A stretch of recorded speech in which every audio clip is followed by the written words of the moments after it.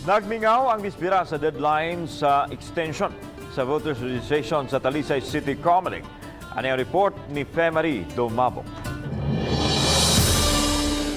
Ugma na ang deadline sa Commission on Elections sa pagdawat nitong mupaapas pa pagparehistro. Apan karong adlaw, minus ra ang pag-abot-abot sa mga gustong magparehistro sa Talisay City Comelec. Itandi sa katapusang simana nitong Setyembre. Sukad Lunes hangtod gahapon, anaara sa 300 ngadto sa 400 ang nagparehistro kada adlaw. Halos katunga sa niaging bulan nga moabot sa kapin 600 ka mga rehistrante kada adlaw. Ang parking lot nga gigamit alang sa step 1 ug 2 nga process, gigamit lang gihapong parkingan sa mga motorsiklo. Kay katunga man lang sa lugar ang nagamit sa mga nagparehistro. Apan kun magdunga ng mga magparehistro, mabisi usab ang mga kawani sa Talisay City Comelec.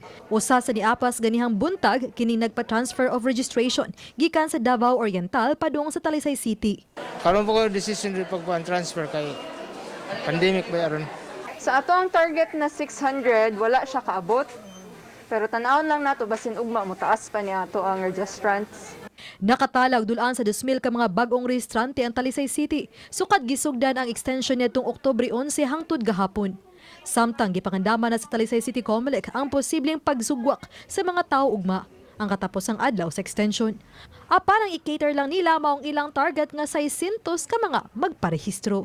Among tao until 5 ra man gid mi. Nga ang ato ang limit sa ato ang machine is kana ra man sad, di man sad nato ma-extend pa. Nakadawat mi og tawag nga napabay extension ang ato ang extension.